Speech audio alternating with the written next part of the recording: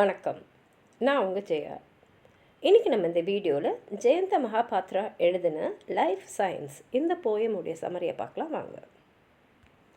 Life சயின்ஸ்னால் வாழ்க்கையோட அடையாளங்கள். அதாவது நம்ம வாழ்க்கையில் எத்தனை மாதிரி ஒரு அடையாளத்தை நம்மளுடைய அடுத்த சந்ததிக்கு விட்டுட்டு செல்கிறோன்னா, இதில் அவர் என்ன சொல்கிறாருன்னா, எனக்கும் எங்கள் அப்பாவுக்கும் ஒரு கருத்து வேறுபாடு இருக்குது. அவர் ஒத்துக்கிறாரு.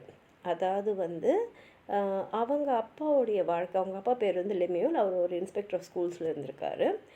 அவர் அவங்க அப்பாவை பார்த்து தான் நிறைய விஷயங்களை வாழ்க்கையில் கற்றுந்துருக்காரு. ஏன்னா அவங்க அப்பா தான் அவருக்கு முன்னாடி இருந்து அவருக்கு வழி காட்டினவர். ஆனால் அவங்க அப்பா ஒரு ஏலியன் ஃபேத்துன்றாரு. ஃபேத்துனா நம்பிக்கை, ஏலியன்னா வெளியில் இருக்கக்கூடிய ஒரு விஷயம். அதாவது ஏலியன்ஸ்னால் இங்கே அவர் பிரிட்டிஷ் தான் சொல்கிறாரு.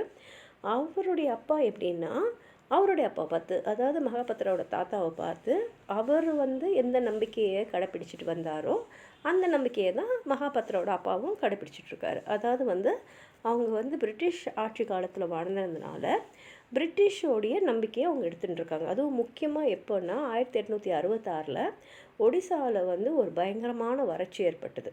அப்போ தான் அவங்களுடைய ஃபேத், அதாவது அவங்க மத நம்பிக்கையை அவங்க கன்வெர்ட் ஆகிறது மூலமாக மாற்றிக்கிட்டாங்க. அதுக்கப்புறம் ரொம்ப நம்பிக்கையான ஆள் அந்த ஏலியன் ஃபேத்துக்கே போயிட்டாங்க. அதாவது முழு ஈடுபாடோடு பிரார்த்தனை பண்ணிக்கிட்டு அப்படி போயிட்டாங்க. ஆனால் மகாபாத்ரா வளரும் போது அவரை சுற்றி 2 உலகம் இருந்தது. ஒன்று அவருடைய தாய்நாட்டில் அவருடைய பாரம்பரியமாக இருந்த அந்த மதம், இன்னொன்று அவரோட அப்பாவும் தாத்தாவும் தழுவி கொண்ட மதம். இது 2த்துக்கும் நடுவில் அவர் இருந்தார். 2தோடையும் தொடர்பை வச்சுக்க பார்த்தாரு. ஆனால் எவ்வளோ வருஷம் ஆனாலும் அவரால் 2த்தையும் ஒரே சமயத்தில் ஏற்றுக்க முடியல. ஆனால் என்னென்னா, அவரோட சகோதரரால் அவங்க அப்பா மாதிரியே மாறிக்க முடிஞ்சுது. ஆனால் மகாபாத்ராவால் ஒரு இந்தியனாவாக இருக்க முடிஞ்சது, அவரால் மாற்ற முடியல. அதனால் அவர் என்ன சொல்கிறாருன்னா, இந்த இந்தியாவில்னு பார்த்திங்கன்னா சடங்குகள்லாம் நிறைய இருக்குது. அந்த மாதிரி சமூகத்தில் தான் நம்ம வாழ்கிறோம். அதெல்லாம் ஒரு அர்த்தமுள்ள வாழ்க்கையாக நம்ம மாற்றி, அதே மாதிரி மதன்றது என்னென்னா மனிதர்களுக்கு ஒரு சந்தோஷத்தை கொடுக்கக்கூடிய ஒரு விஷயமாக அமையணும். அது ஒன்று தான் மனித குலத்தை காப்பாற்றும் அப்படின்றாரு. இப்போ இந்த கவிதையை ஆரம்பிக்கும் போது அவர் என்ன சொல்கிறாருன்னா, எங்கள் அப்பா என்ன மாதிரி ஒரு மனநிலையில் இருக்காருன்னு புரியுது.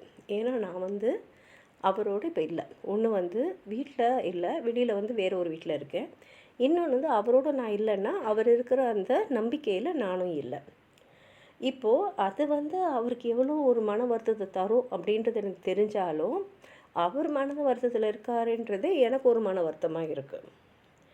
ஆனால் என்னால் அவரை மாதிரி என்னுடைய நம்பிக்கையை, என்னோடய மதத்தை என்னால் எளிமையாக மாற்றிக்க முடியல. ஏன்னா நான் இப்போ இருக்கிறது சுதந்திர இந்தியாவில். எங்கள் அப்பா எங்கள் தாத்தாலாம் இருந்தது பிரிட்டிஷ் ஆண்ட ஒரு இந்தியாவில். அப்போது அவங்களுக்கு அது எளிமையாகவும் இருந்தது, ஏற்றுக்கொள்கிற மாதிரியும் இருந்தது. ஆனால் என்னால் அதை ஏற்றுக்க முடியல. ஏன்னா நான் அதை என் ஆண்டவங்களோட ஒரு மதமாக தான் பார்க்குறேன்.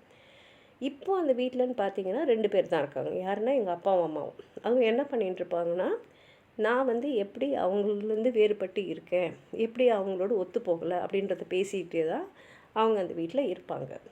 அவர் என்ன சொல்கிறாருன்னா, இங்கிலீஷ்காரங்க நம்மளை ஆண்டுட்டு இருந்தாங்க. ஆனால் அந்த ஆட்சி இப்போ போயிடுச்சு. இருந்தாலும் அவங்க கடைப்பிடிச்ச அந்த கஸ்டம், அந்த பிலீஃப் இதெல்லாம் இன்னும் நம்மக்கிட்டே இருக்குது. ஏன்னா அவங்க இருக்கும்போது நம்ம அவங்கள மாதிரியே நடந்துக்கிறதுக்கு எப்படி முயற்சி செஞ்சோமோ, அவங்க போயிட்ட அப்புறமா இன்னமும் நம்ம அவங்கள மாதிரியே தான் நடந்துக்கிட்டு இருக்கோம். அதனால் அவர் என்ன சொல்கிறாரு, நம்ம இதெல்லாம் மாற்றணும். அதனாலேயே நான் என்ன பண்ணேன்னா, 2 நம்பிக்கைகளும் எடுத்து பார்த்தேன்.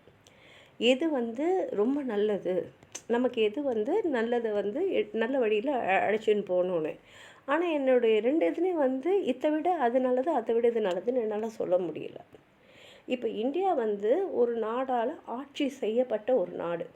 அப்போ என்ன ஆகிடுதுன்னா, யார் நம்மளை ஆண்டாங்களோ அவங்களுடைய சடங்குகள், அவங்களுடைய பழக்க வழக்கம் எல்லாம் நமக்கு ரொம்ப பிடிச்சி இருந்திருக்கலாம், பழகி இருக்கலாம், இல்லை நம்ம மேலே திணிக்கப்பட்டிருக்கலாம். ஆனால் இன்னமும் இப்போ யாருமே அதை திணிக்கிறதுக்கு இல்லாத போதும் நம்ம இன்னமும் அந்த வெஸ்டர்ன் ஸ்டைலில் தான் வாழ்ந்துட்டுருக்கோம்.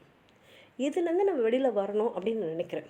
ஆனால் இது எங்கள் அப்பாவுக்கு எதிராக இருக்கிறதுனால கண்ணில் ஒரு சின்ன கட்டி வந்தால் எப்படி நம்மளை கண்ணை உறுத்திக்கிட்டே இருக்குமோ அந்த மாதிரி அது என்னை உறுத்திக்கிட்டே இருக்குது. ஏன்னா எங்கள் அப்பாவோட என்னால் ஒத்து போக முடியல. அதனால் நான் இப்போ என்ன முடிவு பண்ணியிருக்கேன்னா, சரி இப்போ என்னோடய நம்பிக்கை என்னோட இருக்குது, எங்கள் அப்பாவோட நம்பிக்கையை நான் ஏற்றுக்கிறேன் அப்படின்னு முடிவில் இருக்கேன். ஆனால் இது ஒரு வகையில் பார்த்திங்கன்னா அப்பாவுக்கும் எனக்கு இருக்கிற அந்த வேற்றுமையை இப்போ அந்த மனக்கசப்பை விளக்கிடும். ஆனால் என்னால் முழுசாக முழு மனதாக அதை ஏற்றுக்க முடியுமா இல்லையான்னு தெரியல. ஆனால் ஒன்றே ஒன்று தான் கேட்டுக்கிறேன், தயவுசெய்து என்னை யாரும் நான் எந்த மதத்தை சார்ந்தவன் அப்படின்ற மாதிரிலாம் பார்க்காதீங்க. ஏன்னா நீங்கள் என்னை ஒரு இந்தியனாக தான் பார்க்கணும் அப்படின்னு நான் விரும்புகிறேன் அப்படின்னு சொல்லி இதை முடிச்சிருக்காரு. இது அநேகமாக மகாபாத்திரம் எழுதின கவிதைகளே ரொம்ப சின்ன கவிதையாக இருக்கும்னு நினைக்கிறேன். வாங்க படித்து பார்க்கலாம். What's in my father's house is not mine. அதாவது இப்போ எங்கள் வீட்டில் எங்கள் அப்பா வீட்டில் என்ன இருக்கோ அது என் இதில். இங்கே வீட்டில் இருக்கிற பொருளை மட்டும் அவர் சொல்லலை, இங்கே அவங்க அப்பாவோட நம்பிக்கையும் சொல்கிறாரு. In his eyes dirty and heavy as rainwater flowing into earth is the ridicule my indifference quietly left behind.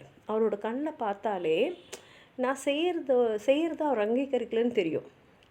அந்த இதை அவர் கண்ணிலேயே காட்டுறார். நீ செய்கிறது எனக்கு பிடிக்கல அப்படின்றத அவர் கண்ணிலேயே காட்டுறார். எப்படி மழை வரும்போது அந்த மழையில் அது எல்லா குப்பை அழுக்கு எல்லாம் தூக்கிட்டு வருமோ அந்த மாதிரி தான் அந்த கண்ணில் அந்த ரிடிக்குல் நல்லா தெரியும்.